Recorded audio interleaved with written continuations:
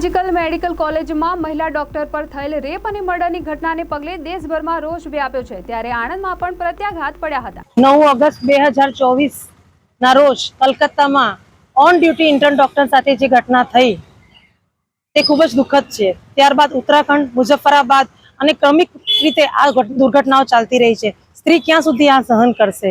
અને આજે આ ફક્ત એક ડોક્ટરનો પ્રશ્ન નથી, આ સમાજની તમામ સ્ત્રીઓ માટે છે। કરમસદ કેળવણી મંડળ દ્વારા આજ રોજ આ એક આગલું પગલું લેવાયું છે કે સમાજની દરેક સ્ત્રીની સુરક્ષાની જવાબદારી સમાજના દરેક પુરુષ ઉઠાવે તો અમે સ્ત્રીઓ સુરક્ષિત થઈને કામ કરી શકીએ, ઘરની બહાર પગ મૂકી શકીએ। મુખ્ય ઉદ્દેશ્ય આ મૌન રહીને નીકાળવાનો એ જ કે અમે ચૂપ રહીને ન્યાય માંગીએ, કારણ કે કાનૂનના કાન તો પાકા છે પણ કદાચ થોડા કાચા પણ છે। એટલે આજે 12 દિવસ સુધી આ વસ્તુનો કોઈ ન્યાય મળ્યો નથી અને દીકરી હજુ સુધી જ્યાં પણ છે ત્યાંથી ન્યાયની આશાએ અમારી સામે જોવે છે। તો એ નિશબ્દ આંખોને અમારે જવાબ આપવાનો છે કે અમે ન્યાયની માંગણી કરી રહ્યા છે, ભલે નાની તો નાની પણ અમારી કોશિશ ચાલુ છે તમને ન્યાય અપાવવાની। અને આગળ કોઈ પણ દીકરી સાથે આ રીતની પાશ્વિક ઘટના ન બને।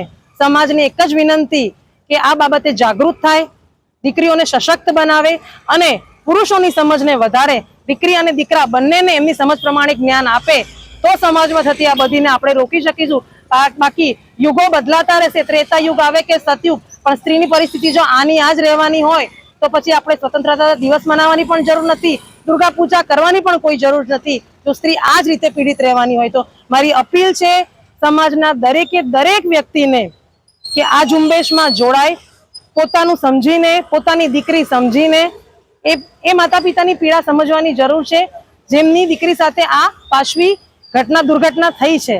અને ફરીથી ક્યારે આવું ના બને એવી કડકમાં કડક સજા કેન્દ્ર સરકાર દ્વારા જાહેર કરવામાં આવે અને બને એટલો ત્વરિત નિર્ણય લેવામાં આવે એવી વિનંતી અમે કરીએ છીએ।